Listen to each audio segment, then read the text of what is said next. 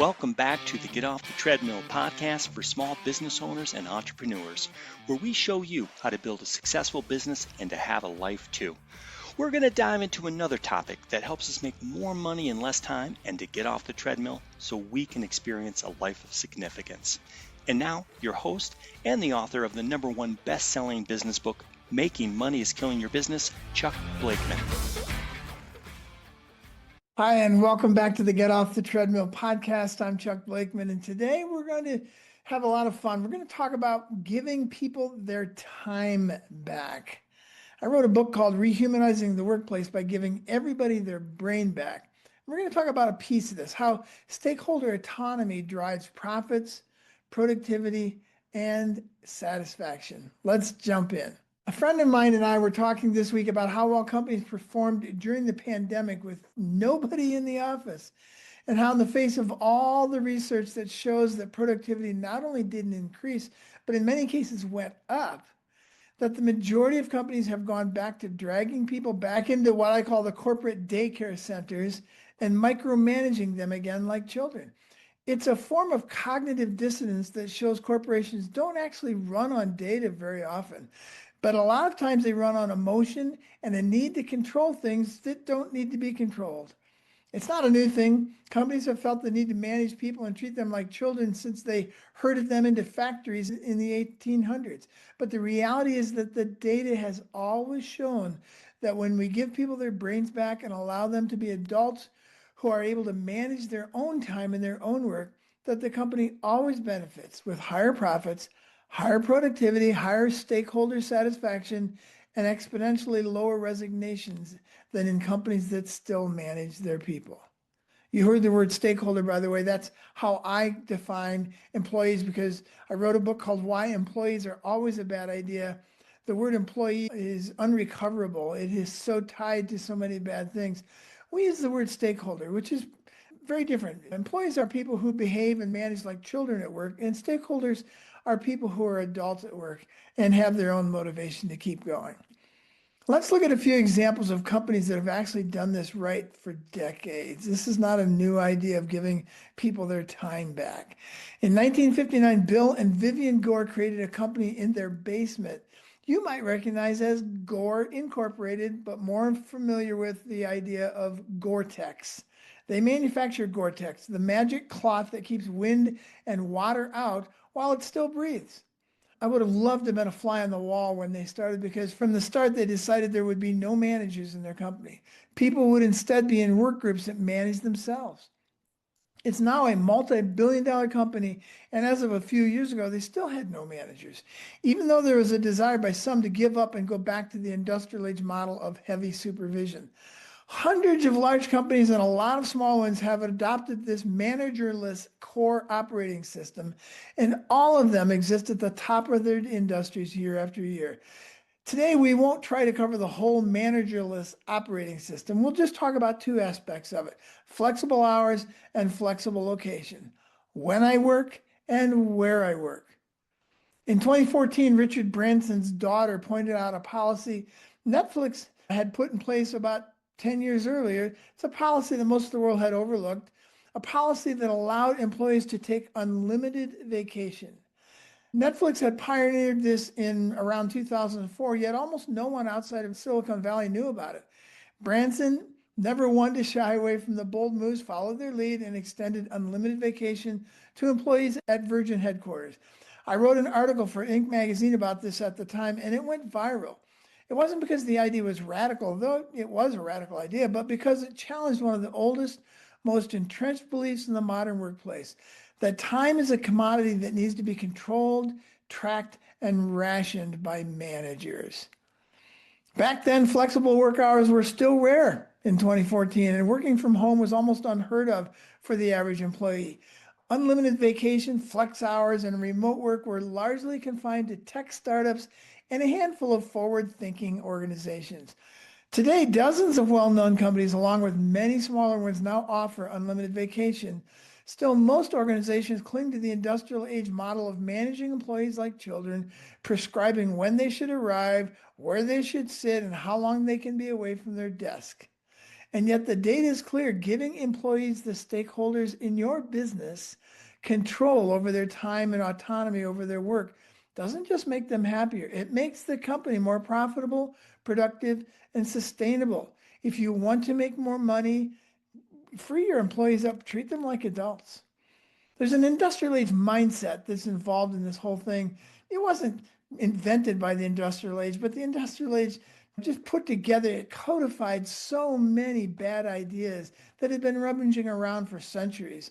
And one of them is that we have to trade time for money. For over a century, the business world has operated under the assumption that time is the currency of labor.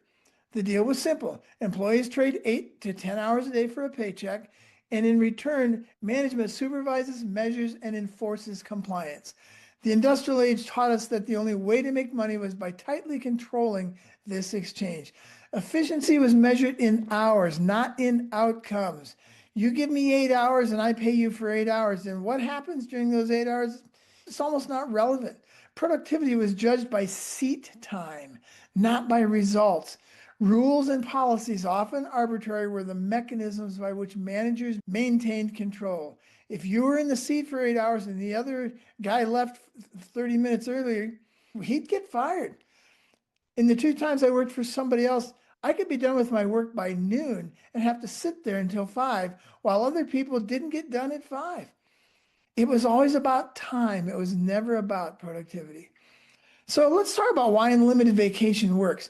Many organizations resist unlimited vacation because it seems chaotic and a potential recipe for abuse. But this objection is rooted in that old industrial age mindset.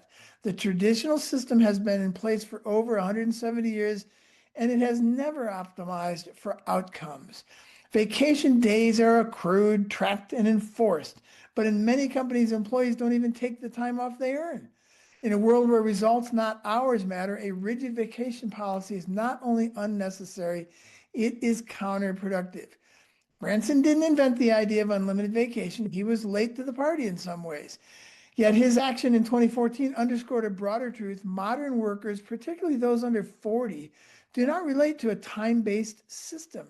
They respond to responsibility, autonomy, and trust. Offering unlimited vacation signals respect for employees as stakeholders in the company's mission, not as replaceable cogs in a machine.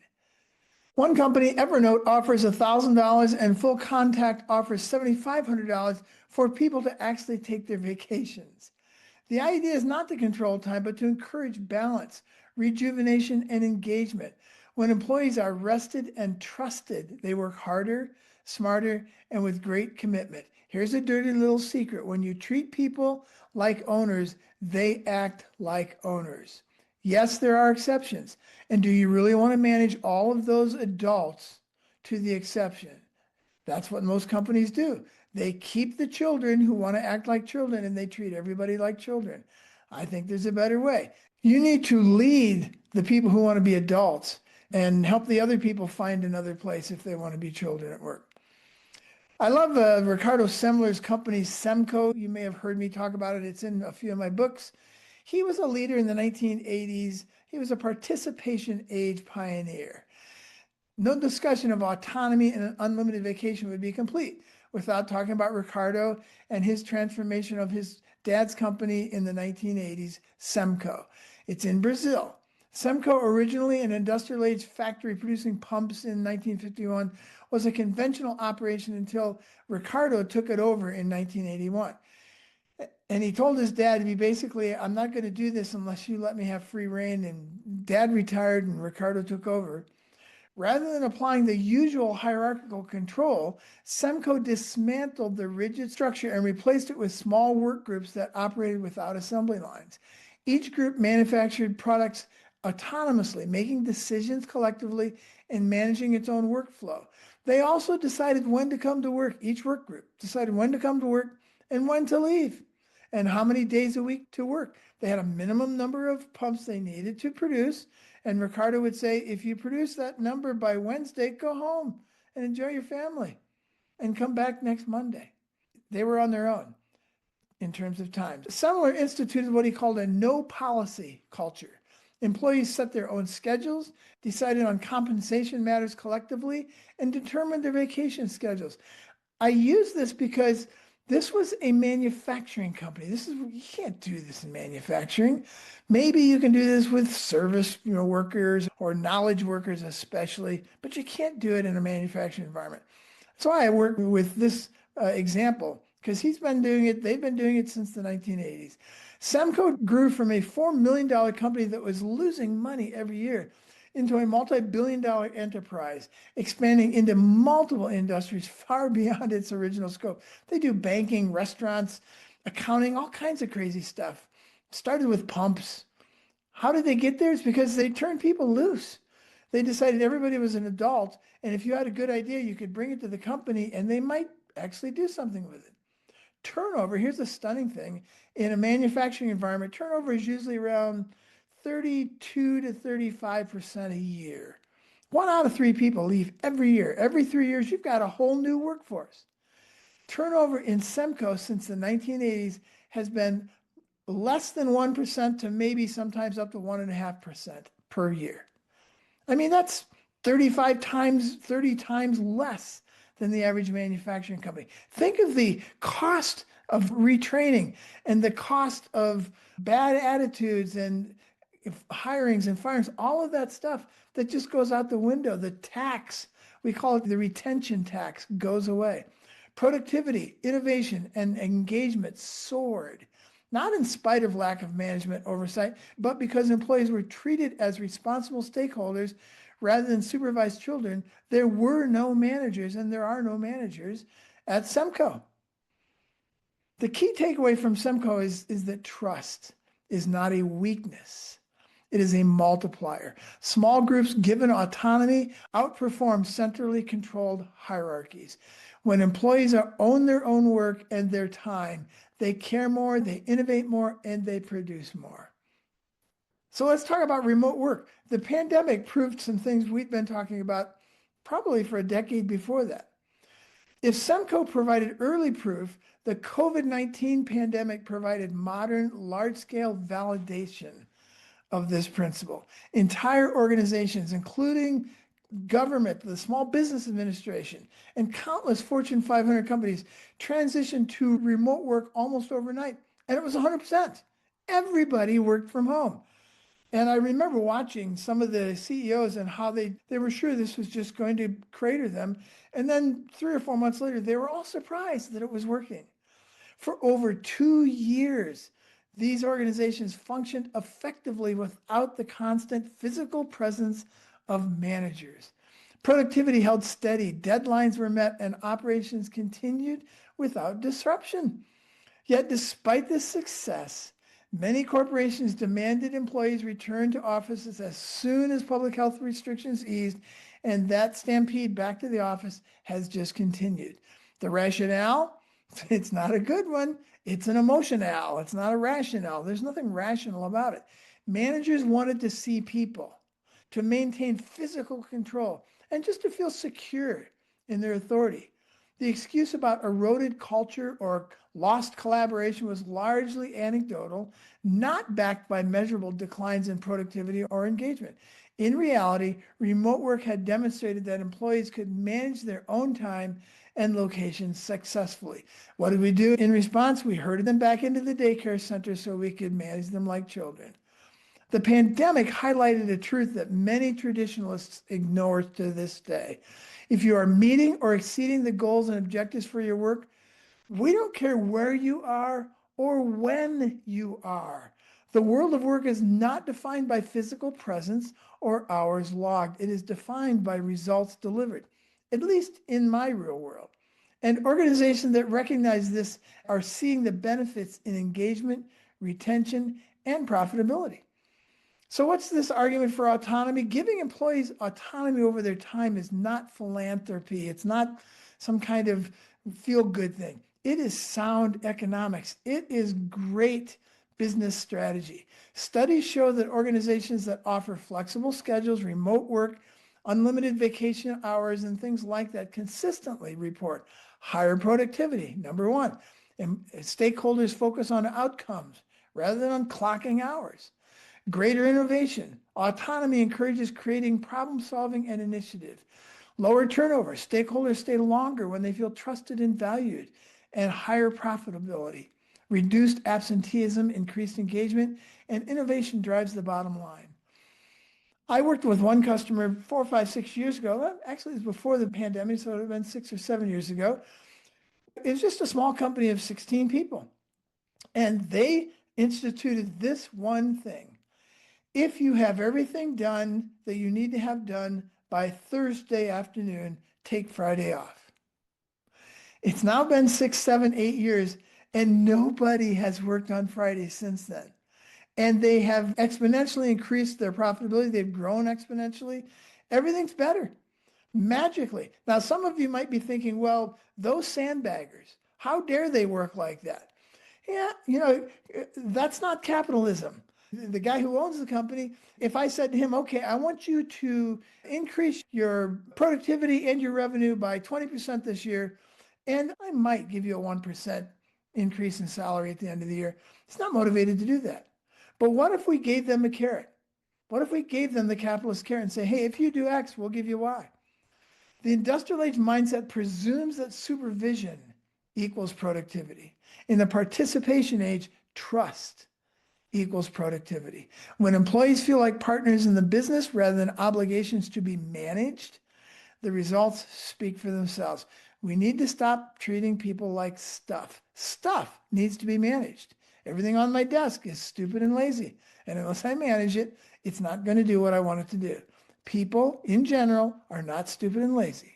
And the very few who don't want to be that don't have to be in your company. The overwhelming majority of people, when you treat them like adults, will respond that way. So beyond economics, there is this human element. Treating employees as stakeholders and giving them control over their schedules recognizes that life does not pause at the office door. Time for family, hobbies, mental health, and personal growth, it's not wasted, it's fuel. Stakeholders who feel supported in balancing work and bringing their best selves to the company day in and day out will do better. If it's Tuesday morning and your kid is having a play in 3rd grade, and it's the only time that kid is ever going to be in that play, you should be at that play. You can work later that evening when the kid is in bed, or you can work more at another time.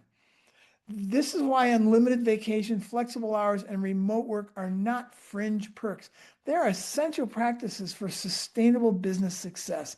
They are the participation age equivalent of investing in machinery during the industrial age. The return is measurable: higher engagement, better results, and a more resilient organization. So we need to break these old industrial age habits. Despite the evidence, most organizations still cling to the industrial age habits of rigid schedules, mandatory office presence, and a meticulous tracking of time. Articles in mainstream media sometimes defend these policies, framing autonomy as a risk to productivity or culture. But the reality is simpler. Companies succeed when they trust stakeholders to manage their own work.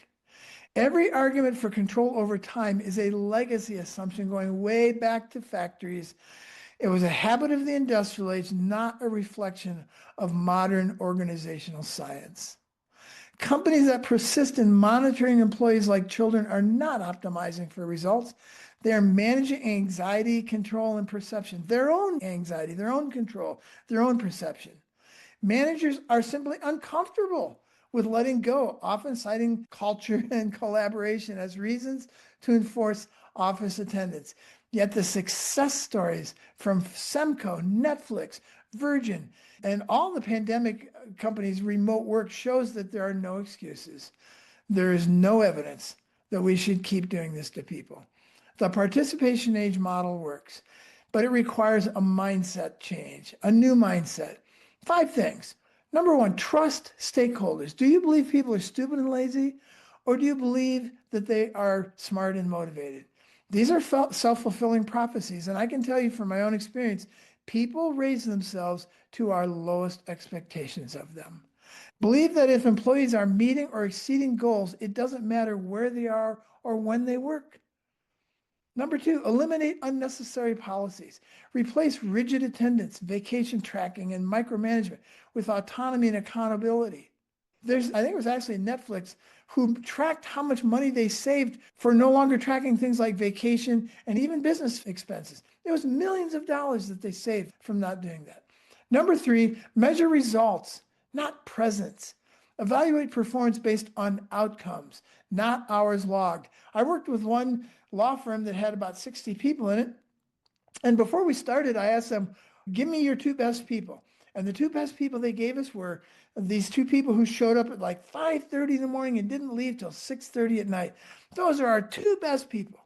And a year and a half later, we had gone through this whole thing about freeing people up and actually allowing them to be in control of their time and their destinies. Everybody in the company was working almost 8 hours less per week than they had been a year and a half later. And I asked them about these 2 people. And they literally said, we're probably going to have to let them go because they're still working from 5:30 in the morning till 6:30 at night. And they're not getting anything as much done as the other people. But see, in the past, they had measured based on who showed up the longest. And now they're measuring based on productivity. It turns out these people are not the people they need in their business. Measure results, not presence. Number 4, encourage rest and balance. I would even call it integration. I don't like the word balance all that much.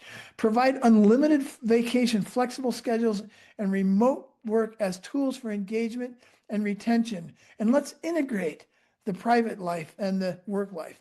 If there's a play going on Tuesday at 10 in the morning, go to that play and then work later. Let's integrate. And then number 5, empower small teams or work groups.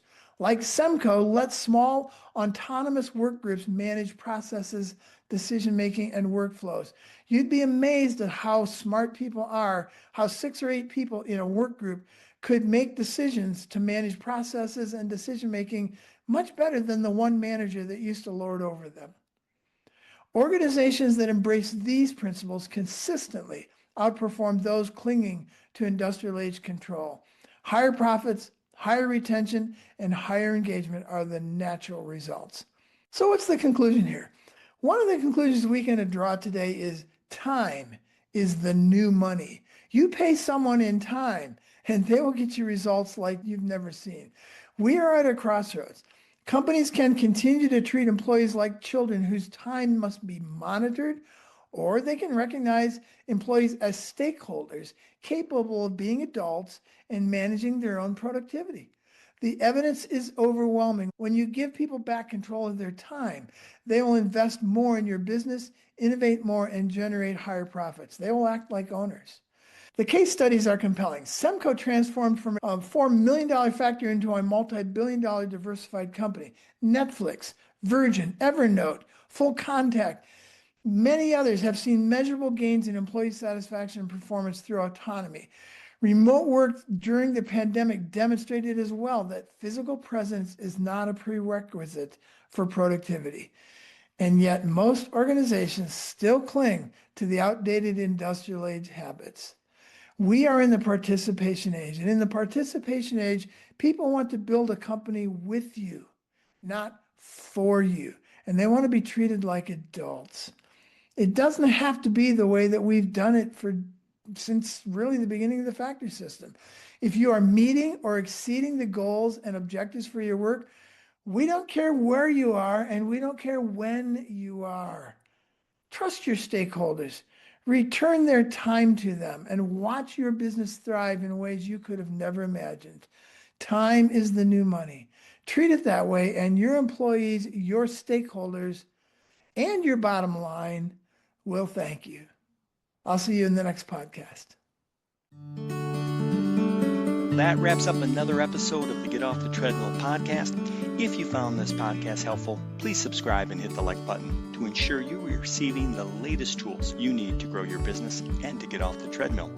If you want more information on the 3 to 5 Club, the Crankset Group, or to book Chuck as a business advisor, speaker, or workshop leader, you can contact us at grow@cranksetgroup.com.